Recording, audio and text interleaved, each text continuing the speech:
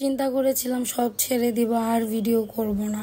আসসালামু আলাইকুম, আমি রাইসা। তো আমি অনেকদিন পর একটা ভিডিও এডিট করতে বসলাম। ভিডিওটা হচ্ছে আমার কুরবানি ঈদের ভিডিও। আল্লাহ পাক আমাদের তাকদিরে এবারে এই গরুটা রেখেছেন, তো আমাদের কুরবানি ঈদের গরু এটা। নিচে গরু দেখে উপরে এসে ডিনার করে ফেললাম। আজকের ডিনারটা বাইরে থেকে, আর সবসময়ের মতো আমার অভ্যাস, আমার ফ্যামিলির অভ্যাস গোপাল ভাট দেখে খাওয়া দাওয়া। তো আজকে ডিনারে ছিল মোরগ পোলাও। পেজে কোনো ভিডিও আপডেট দিতে আমার একদমই ভালো লাগে না। আমি এগুলো জাস্ট স্মৃতির জন্য ভিডিও করে রেখেছিলাম, এর জন্য এখন কাজে লেগে গেল, ব্লগের মধ্যে দিয়ে দিলাম। ঈদ এসেছে, আমার বাচ্চাদের জন্য কিছু করব না, তো আমি ওদের জন্য ছোট ছোট দুইটা ড্রেস এনেছি। আর পাশে আম্মু ওজিফা পড়ছিল।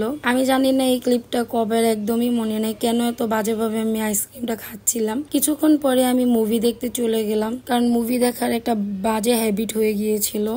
তারপর আমি চান্দ্রাতে বের কেন হয়েছিলাম জানি না, পাশ দিয়ে একটা গরু যাচ্ছিল, আমার অনেক ভয় লাগে। একটা ছোট্ট ভিডিও ক্লিপ নিয়ে নিলাম, যেহেতু বাইরে গিয়েছিলাম।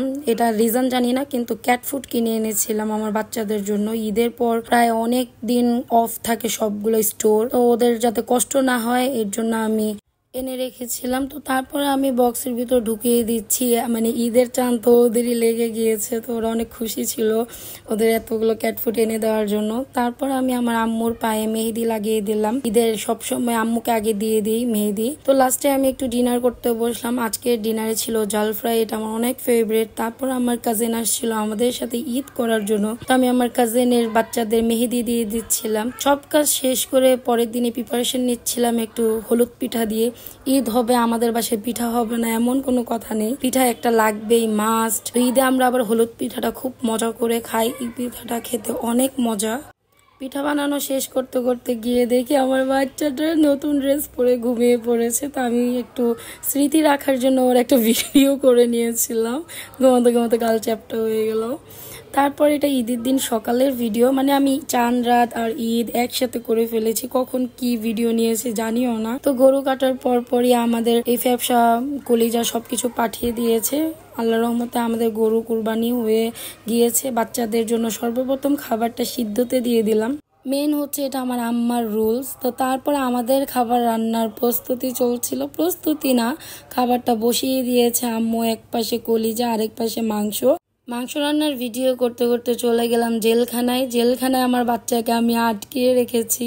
এই সেই আমার আটক বাচ্চা। ওই কাঁচা মাংস টাংসর গন্ধ শুনলে মানে পাগলের মতো হয়ে যায়। ওর নাম হচ্ছে মিশু, এই যে আমি মজা করছিলাম। তারপর আমি একটা বড় ড্যাগ নিয়ে বসলাম, এটা আমি রান্না করব।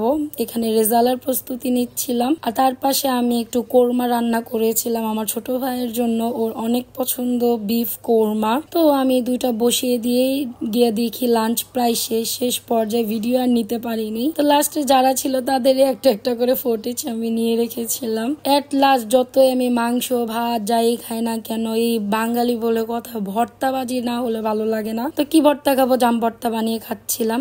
এই ব্লগটা শেষ করলাম আমার মেহেদির একটা ভিডিও ফুটেজ দিয়ে। আমি সবার লাস্টে মেহেদি এইবার লাগিয়েছি। আমার যদি ব্লগটা ভালো লেগে থাকে তাহলে লাইকটা দিয়ে পাশে থাকবেন, আমাকে একটু সাপোর্ট করবেন।